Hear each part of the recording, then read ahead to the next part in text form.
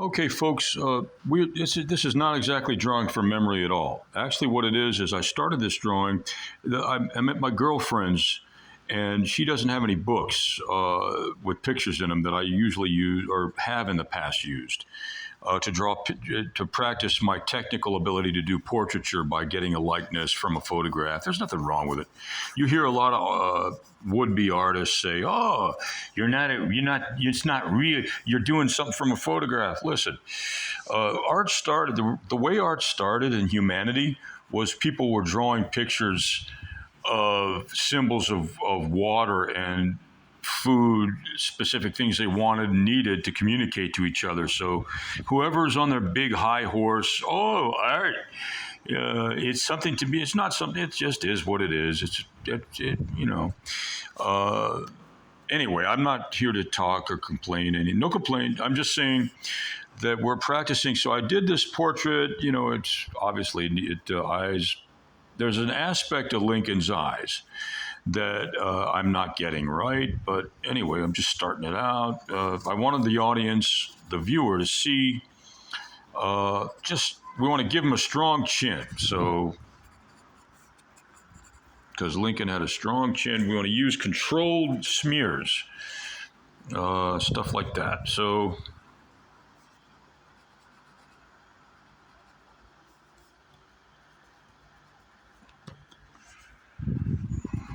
and now it's from memory because I'm using an image that I have on my phone. There's no computer here. We don't have anything available. Not that I just want to let you know that that's the process I'm using. Not that look at me, I'm not even allowing myself an eraser, even though there is one around, the needed eraser. This is an ebony pencil, and this is before Lincoln had a beard.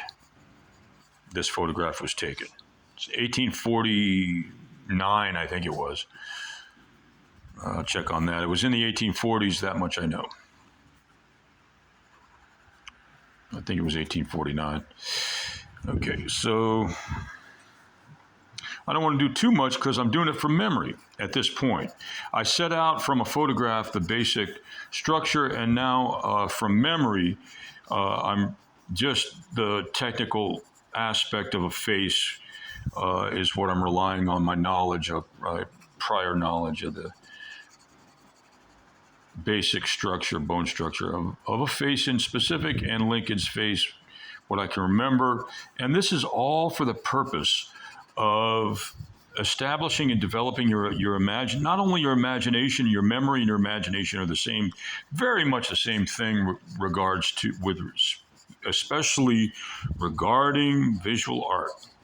Because when you start to remember how to draw important figurative aspects of reality for viewers, and you can do it on the spot like what I'm doing, it's amazing.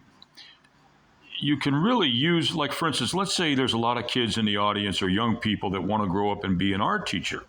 And there's probably a lot. That's a good vocation. Okay, so when you're able to, you're in a room full of kids. Imagine being in a room full of kids, and some of them, a good percentage, more than we'd like to think about. A lot of educators, a lot of administrators don't want to think about the amount of children and young adults in a today's modern classroom who are coming into school from shelters or something like that, so if you're going to be the point is there's absolutely the most diverse representation of humanity in today's classroom. And so I think the point I'm trying to make, in fact, I know for sure the point I'm trying to make is you want to be able to, I personally learned, let's give you this example. I personally learned how to, as a way of capturing, engaging, and controlling and managing a class, I learned to draw while talking because I'm there to teach a skill. And to an extent, in today's modern public school classroom, it's almost impossible to teach a skill unless you have to have some kind of hook to engage the students in the class. And more importantly than that is that I'm not doing it now.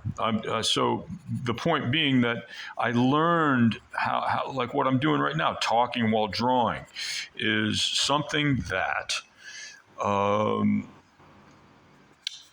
I recommend you try to do with a family member, or maybe if you're babysitting, you got younger kids in a family, or if you're an adult, young adult, medium, old, it doesn't matter, elderly, whatever it is, learn how to I don't know. It's really just any way that you feel like you can learn how to do something creative and constructive in your life, I would recommend learning.